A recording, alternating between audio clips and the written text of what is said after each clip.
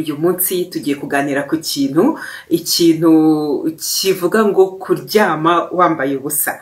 Nkaba natagira nkubaza ntese wowe uryama gute? Ese uryama wambaye ubusa cyangwa uryama wambaye imyenda? Kandi ubwo iyo mvuze kurara wambaye ubusa mba mvuga nyine buri.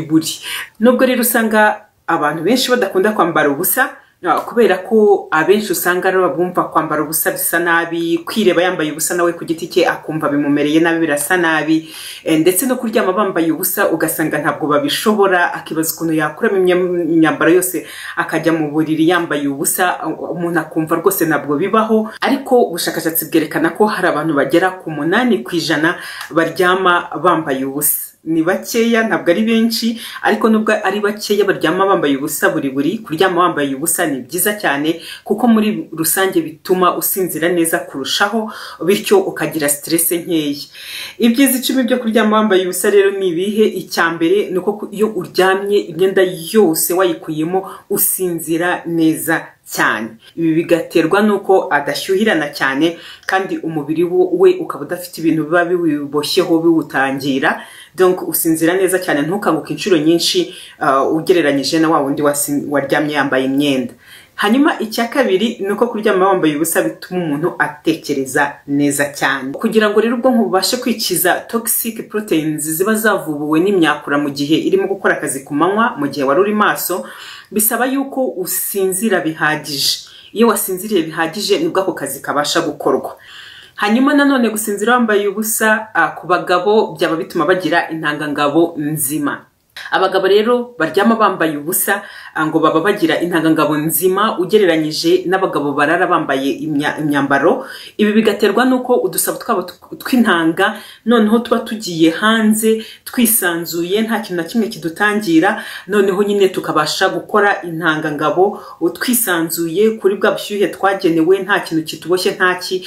Bivuga ngo iyo umugabo aryamye ninjoro yambaye ubusa, udusabo twe tw'intanga turushaho gukora intangangabo nziza muri icyo gihe cy'iryo joro ryose.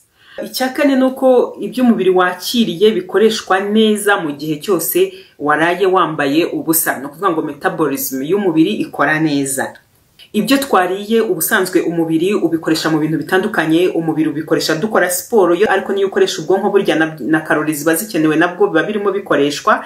Ariko igice kinini buriya ni cyo umubiri ukoresha wo usinziriye ninjoro.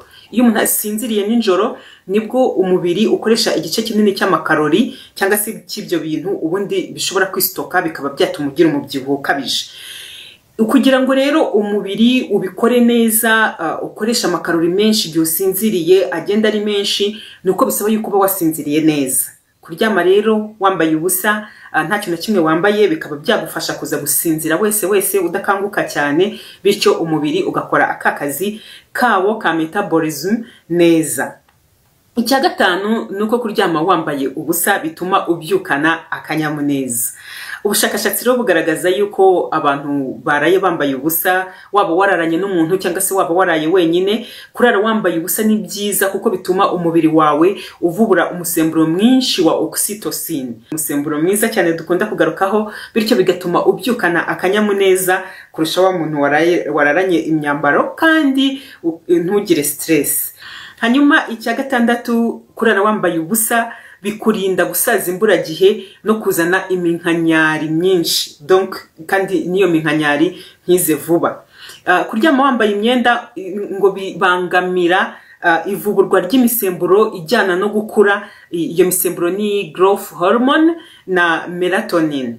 Urabizi ko buri munsi hari ukuntu uruhu rwacu ruba rufite uduserire tugenda dusaza, hanyuma tukaba tugomba gusimburwa. Birikora, ni ibintu biri naturel byikora, biterwa rero nuko umubiri wavubuye iyi misemburo ya human growth hormone na melatonin, noneho iyi misemburo yaba yavubuwe ku rugero rusabwa, nyine urwa ruhu rwawe rukabasha gukomeza kwiyuburura, bityo no gusaza ntusaze vuba.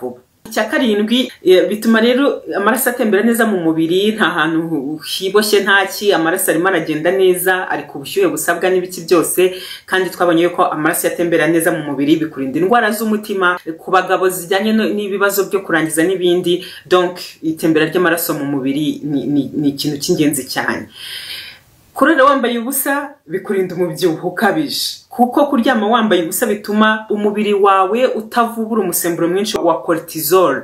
Donc uyu musemburo wa cortisol uvuburwa ku kigero gisabwa, kuko ubundi uyu ni umusemburo utera stress. Nubwo muri rusange rero buri muntu wese aba afite level ya stress akeneye mu mubiri, ntabwo ushobora kuvuga ngo umuntu ni stress free cyangwa se ngo nta stress agira namba. Stress ni nziza kuko igufasha guhigura imihigo, igufasha gukora cyane, igufasha gutekereza kure, ariko stress iyo yabaye nyinshi biba bibi. Uyu musemburo wa cortisol rero wavubuwe ku kigero gihagije, ukagira ku ka stress karinganiye kagufasha mu buzima, biba ari sawa. Hanyuma icya 10 biguhingamo icyizere, bikakuzanira ubukire. Kuryama wambaye ubusa ni byiza cyane, bikuzanira ubukire. Kuryama wambaye ubusa bituma wigiramo icyizere kurushaho, icyizere kurushaho, kuko bituma wikunda. Donc kwa kundi wananirwaga kwireba wambaye ubusa, birumvikana ni ujya kuryama wambaye ubusa ntabwo uzabanza ngo wihishe mu mashuka, none numara kwihisha mu mashuka ubone gukuramo, uzakuramo nyine mbere yo kujya mu mashuka. Uzabona umwanya wo kwireba, uzabona umwanya wo kwimenyera, uzabona umwanya wo gukunda umubiri wawe. Iyo wamaze rero kwikunda wowe, ugakunda umubiri wawe, burya ni intambwe ya mbere ikomeye cyane ituma ugira icyizere muri wowe, ugira icyizere kushoboye ibintu, kuri umuntu wihariye, umuntu ukomeye, umuntu ushobora gukora ibintu byinshi.